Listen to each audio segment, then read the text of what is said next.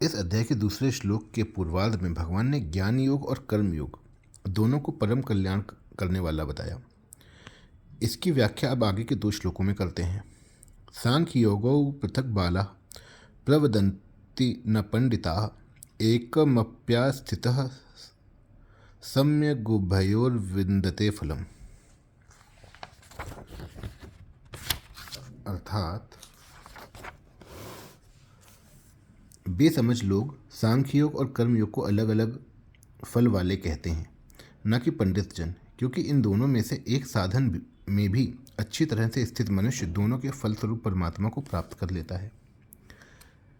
व्याख्या। सांख्य योगो पृथक बाला प्रवदन्ति न पंडिता। इसी अध्याय के पहले श्लोक में अर्जुन ने कर्मों का स्वरूप से त्याग करके तत्वदर्शी महापुरुष के पास जाकर ज्ञान प्राप्त करने के साधन को कर्म संन्यास नाम से कहा है। भगवान ने भी दूसरे श्लोक में अपने सिद्धांत की मुख्यता रखते हुए उसे संन्यास और कर्म संन्यास नाम से कहा है। अब उस साधन को भगवान यहाँ सांख्य नाम से कहते हैं। भगवान शरीर शरीरी के भेद का विचार करके स्वरूप में स्थित होने को सांख्य कहते हैं। भगवान के मत में संन्यास और सांख्य पर्यायवाची हैं, जिसमें कर्मों का स्वरूप से त्याग करने की आवश्यकता नहीं है। अर्जुन जिसे कर्म संन्यास नाम से कह रहे हैं वह भी निस्संदेह भगवान के द्वारा कहे सांख्य का ही एक अवान्तर भेद है। कारण कि गुरु से सुनकर भी साधक शरीर शरीरी के भेद का ही विचार करता है। बाला पद से भगवान यह कहते हैं कि आयु और बुद्धि में बड़े होकर भी जो सांख्य योग और कर्म योग को अलग अलग फल वाले मानते हैं वे बालक अर्थात बेसमझ ही हैं। जिन महापुरुषों ने सांख्य योग और कर्म योग के तत्व को ठीक ठीक समझा है वे ही पंडित अर्थात बुद्धिमान हैं। वे लोग दोनों को अलग अलग फल वाले नहीं कहते, क्योंकि वे दोनों साधन की प्रणालियों को न देखकर उन दोनों के वास्तविक परिणाम को देखते हैं। साधन प्रणाली देखते हुए स्वयं भगवान ने तीसरे अध्याय के तीसरे श्लोक में सांख्य योग और कर्म योग को 2 प्रकार का साधन स्वीकार किया है। दोनों की साधन प्रणाली तो अलग अलग है, पर साध्य अलग अलग नहीं है। एक मप्यास्थितः सम्यगुभयोर्विन्दते फलम। गीता में जगह जगह सांख्य योग और कर्म योग का परमात्मा प्राप्ति रूप फल एक ही बताया गया है। 13वें अध्याय के 24वें श्लोक में दोनों साधनों से अपने अपने परमात्मा तत्व का अनुभव होना बताया है। तीसरे अध्याय के 19वें श्लोक में कर्मयोगी के लिए परमात्मा की प्राप्ति बताई गई है और 12वें अध्याय के 4थे श्लोक में तथा 13वें अध्याय के 34वें श्लोक में ज्ञान योगी के लिए परमात्मा की प्राप्ति बताई गई है। इस प्रकार भगवान के मत में दोनों साधन एक ही फल वाले हैं। परिशिष्ट भाव। जो अन्य शास्त्रीय बातों को तो जानता है पर सांख्य योग और कर्म योग के तत्व को गहराई से नहीं जानता, वह वास्तव में बालक अर्थात बेसमझ है। गीता भर में अविनाशी तत्व के लिए फल शब्द इसी श्लोक में आया है। फल शब्द का अर्थ है परिणाम। कर्मयोग और ज्ञान योग दोनों साधनों से प्राप्त होने वाले तत्व को फल कहने का तात्पर्य है कि इन दोनों साधनों में मनुष्य का अपना उद्योग मुख्य है। ज्ञान योग में विवेक रूप उद्योग मुख्य है और कर्म योग में परहित की क्रिया रूप उद्योग मुख्य है। साधन का अपना उद्योग परिश्रम सफल हो गया, इसलिए इसको फल कहा गया है।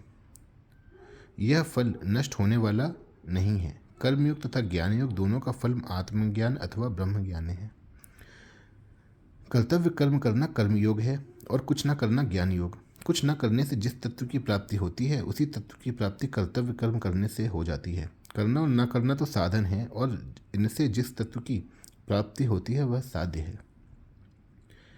एत्सांख्ये प्राप्यते स्थानम तद्योगैरपि गम्यते एकम सांख्यम च योगम च यह पश्यति स पश्यति। सांख्य योगियों के द्वारा जो तत्व प्राप्त किया जाता है कर्म योगियों के द्वारा भी वही प्राप्त किया जाता है। अतः जो मनुष्य सांख्य योग और कर्म योग को फल रूप में एक देखता है वही ठीक देखता है। यत् सांख्यके प्राप्यते स्थानम तद्योगैरपि गम्यते। पूर्व श्लोक के उत्तरार्ध में भगवान ने कहा था कि एक साधन में भी अच्छी तरह से स्थित होकर मनुष्य दोनों साधनों के फलस्वरूप परमात्मा तत्व को प्राप्त कर लेता है। उसी बात की पुष्टि भगवान उपर्युक्त पदों में दूसरे ढंग से कर रहे हैं कि तत्व सांख्य योगी प्राप्त करते हैं वही तत्व कर्मयोगी भी प्राप्त करते हैं। संसार में यह मान्यता है कि कर्म योग से कल्याण नहीं होता, कल्याण तो ज्ञान योग से ही होता है, इस मान्यता को दूर करने के लिए यहाँ अव्यय का प्रयोग किया गया है। सांख्य योगी और कर्मयोगी दोनों का ही अंत में कर्मों से अर्थात क्रियाशील प्रकृति से संबंध विच्छेद होता है। प्रकृति से संबंध विच्छेद होने पर दोनों ही योग एक हो जाते हैं। साधन काल में भी सांख्य योग का विवेक कर्मयोगी को अपनाना पड़ता है और कर्म योग की प्रणाली सांख्य योगी को अपनानी पड़ती है। सांख्य योग का विवेक प्रकृति पुरुष का संबंध विच्छेद करने के लिए होता है और कर्मयोग का कर्म संसार की सेवा के लिए। सिद्ध होने पर सांख्य योगी और कर्मयोगी दोनों की एक ही स्थिति होती है, क्योंकि दोनों ही साधकों की अपनी निष्ठाएं हैं।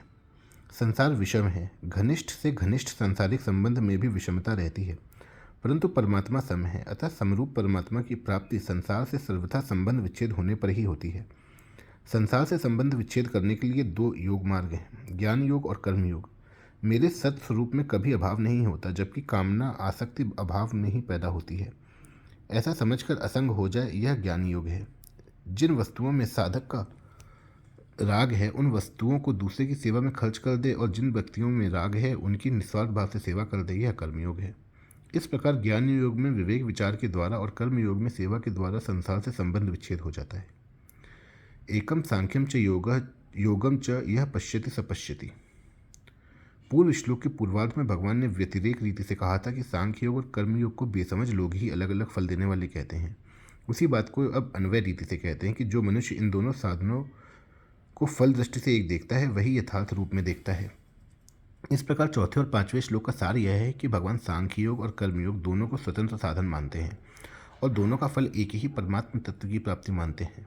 इस वास्तविकता को न जानने वाले मनुष्य को भगवान बेसमझ कहते हैं और इसे जानने वाले को भगवान यथार्थ जानने वाला यानी बुद्धिमान कहते हैं।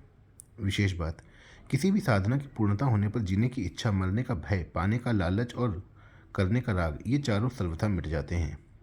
जो निरंतर मर रहा है अर्थात जिसका निरंतर अभाव हो रहा है, उस शरीर में मरने का भय नहीं हो सकता, और जो नित्य निरंतर रहता है उस स्वरूप में जीने की इच्छा नहीं हो सकती।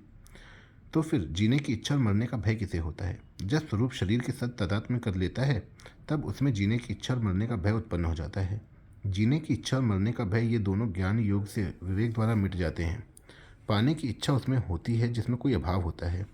अपना स्वरूप भाव रूप है, उसमें कभी अभाव नहीं हो सकता, इसलिए स्वरूप में कभी पाने की इच्छा नहीं होती। पाने की इच्छा न होने से उसमें कभी करने का राग उत्पन्न नहीं होता। स्वयं भाव रूप होते हुए भी जब स्वरूप अभाव रूप से शरीर के साथ तादात्म्य कर लेता है तब उसे अपने में अभाव प्रतीत होने लगता है, जिससे उसमें पाने की इच्छा उत्पन्न हो जाती है और पाने की इच्छा से करने का राग उत्पन्न हो जाता है। पाने की इच्छा और करने का राग ये दोनों कर्म योग से मिट जाते हैं।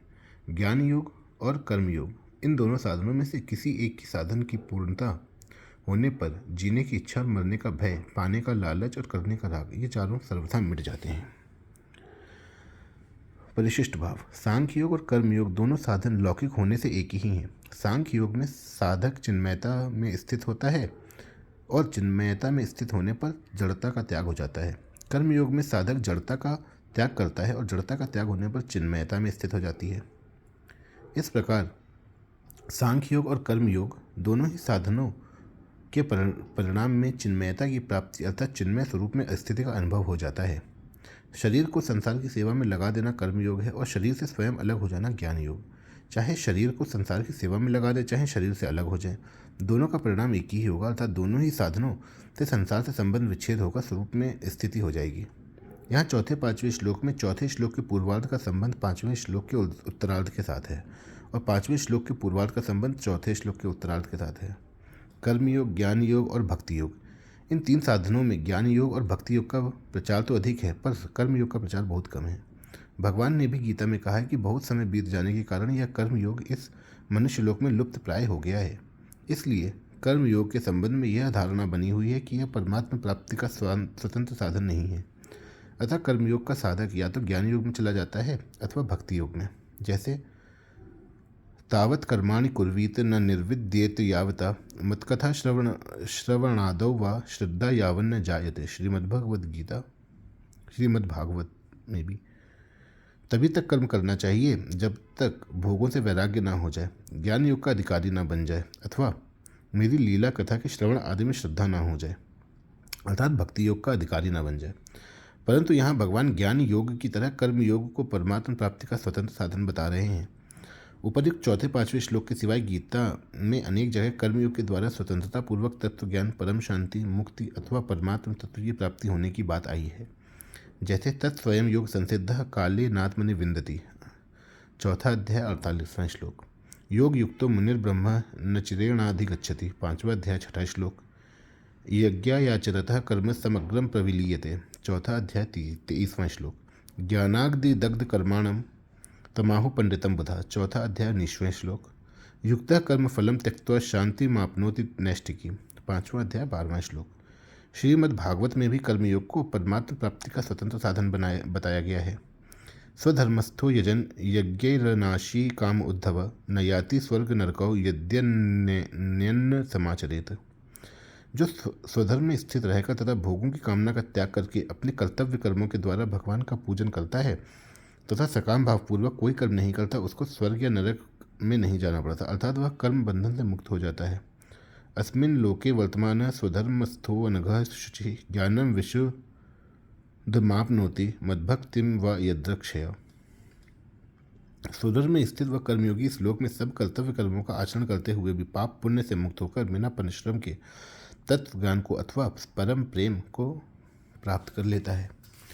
तात्पर्य यह हुआ कि कर्मयोग साधक को ज्ञान योग अथवा भक्ति योग अधिकारी भी बना देता है और स्वतंत्रता से कल्याण भी कर देता है। दूसरे शब्दों में कर्म योग से साधन ज्ञान अथवा साधन भक्ति की प्राप्ति भी हो सकती है और साध्य ज्ञान तत्व ज्ञान अथवा साध्य भक्ति परम प्रेम या पराभक्ति की प्राप्ति भी हो सकती है।